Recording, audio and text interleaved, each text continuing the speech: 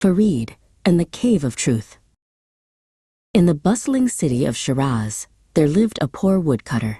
His name was Farid, and he struggled to feed his family. One day, he overheard merchants speaking of a secret cave. This cave was filled with treasure left by a thief king, but it was protected by powerful and dangerous magic spells. Farid decided he must find this cave to change his fate.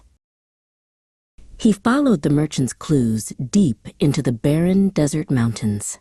After 3 days, he found a hidden entrance behind a rock. The cave mouth was sealed by a massive, enchanted stone door. Strange words were carved into the rock, glowing with a faint light. "The door opens only for the one who speaks truth," it read. Farid wondered what kind of truth the magic required. He remembered his mother's teachings about honesty and speaking truly. "I am a poor man seeking to help my hungry family," he said. The stone door remained completely still and did not move. "I am afraid but determined to see this through," he added. Still, the massive door did not budge even a single inch. He sighed, "And I wish to be rich and live comfortably." Suddenly, the ground began to tremble and shake beneath his feet. The great stone door slid open with a deep, grinding sound. Farid saw a glittering cavern filled with gold and jewels, but a ghostly figure materialized, holding a glowing hourglass. "You may take what you can carry, but you must be quick." The sand began to fall. The door seals shut when time runs out. Farid's heart raced as he looked at the immense treasure. He saw golden coins, silver bars, and precious gemstones everywhere. He filled a small sack, remembering the warning about time. He chose only what he needed, not giving in to greed. As he turned to leave, he saw a simple, old copper lamp. Something inside him said to take this humble item too. He rushed out just as the massive stone door slammed shut. The ghostly guardian nodded approvingly at his modest choices. "You showed wisdom, taking only what you truly needed." Farid returned to Shiraz and sold a single gem from his sack. It provided enough gold to support his family for many years. He kept the strange copper lamp, unsure of its true purpose. One day, while polishing the lamp, a gentle smoke emerged. A kind-faced genie appeared, bowing gracefully before a surprised Farid. "I am the spirit of wisdom, not a granter of wishes." The genie explained he could only offer advice and guidance. Farid was initially disappointed, but decided to listen carefully. "True wealth," the genie said, "lies in using wisdom to help others." Farid used his remaining wealth to start a small business. He remembered the genie's advice and was always fair and honest. His reputation for integrity spread quickly throughout the entire city. People came from distant villages to trade with the honest merchant. He became prosperous, not just in gold, but in respect and friends. He always shared his earnings with the poor and needy. The greedy city governor, Zafar, heard of Farid's strange success. He could not believe a simple woodcutter had become so wealthy. Zafar summoned Farid to his grand, opulent palace immediately. "Tell me your secret. Where did you find such great treasure?"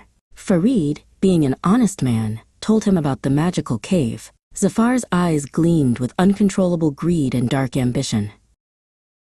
That very night, Governor Zafar set out for the secret cave. He took 20 strong men and a caravan of empty carts. He believed he would empty the entire cave of its treasure. He reached the enchanted door and read the glowing words aloud. "I am the great Governor Zafar, master of this whole land," he shouted. The door, however, remained firmly and completely shut. "I am the most powerful man in this entire province," he yelled. The stone door did not move even a single millimeter. His soldiers shifted uncomfortably, watching their master's face turn red. "I deserve this treasure more than that lowly woodcutter does." Still, the magical door refused to acknowledge his proud claims. In a final, furious rant, he confessed his deepest, darkest secret. "I am a jealous and greedy man who wants everything," he screamed. To his shock, the great stone door finally slid open. The ghostly guardian appeared, its hourglass already turned and flowing. "Take what you can, but the sands of time are flowing." Zafar and his men rushed in, their eyes wide with pure greed. They began stuffing countless sacks with as much treasure as possible. Zafar saw a magnificent golden throne studded with huge rubies. "I must have this. It will show everyone my great power." He ordered his men to leave the sacks and carry the heavy throne. It was immensely heavy and difficult to move through the cave. The sands in the hourglass were now more than halfway gone. The men struggled, their arms aching from the immense weight. "Faster, you fools! I want to be out of here now," Zafar screamed, watching the sand drain away with rising panic. His men, burdened by the throne, moved at a snail's pace. The final grains of sand began to trickle down the hourglass. Zafar abandoned his men and the throne, running for the exit. The great stone door slammed shut just as he reached it.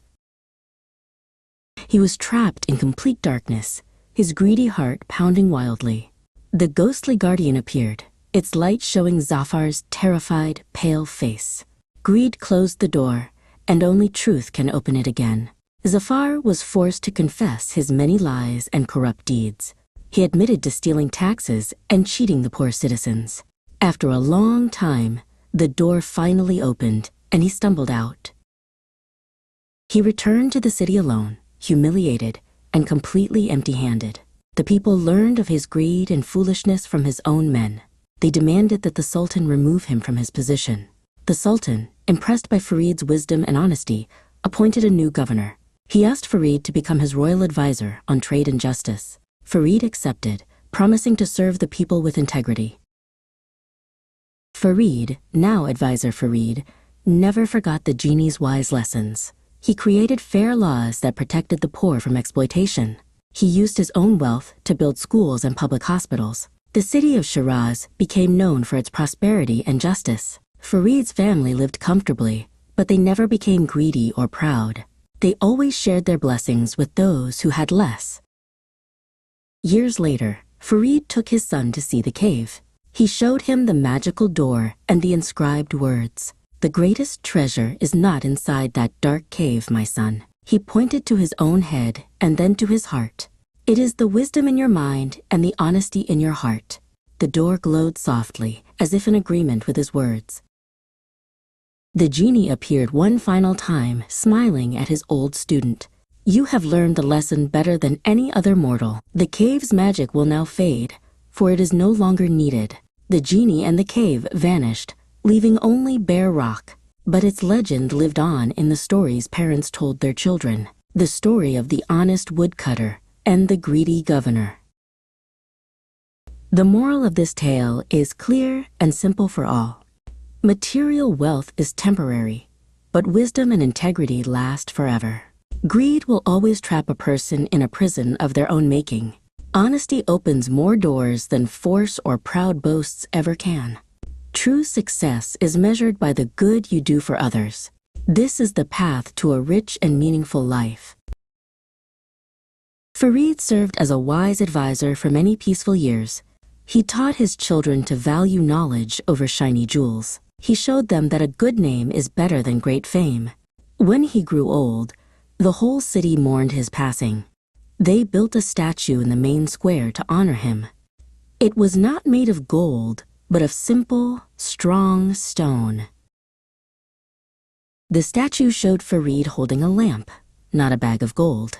Below it were carved the words, "Wealth is wisdom, shared." Every year, on the anniversary of his appointment, people gathered there. They would tell the story of the magical cave and the genie. Children would listen, their eyes wide with wonder and excitement.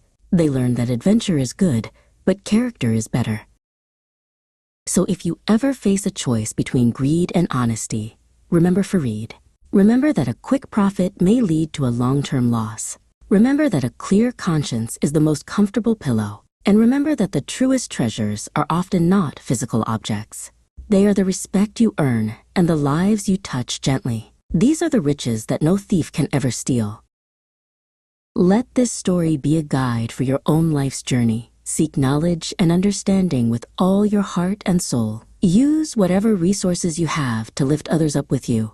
Be content with what you need and do not crave excess. In this way, you will find a different kind of abundance. You will find a happiness that does not fade or rust. And so, the legacy of the wise woodcutter lived on forever, not in a cave of gold, but in the hearts of people. His story teaches us that virtue is its own great reward. May we all strive to be a little more like Farid. May we choose the path of wisdom and kindness every day. And may we find our treasure in a life well lived.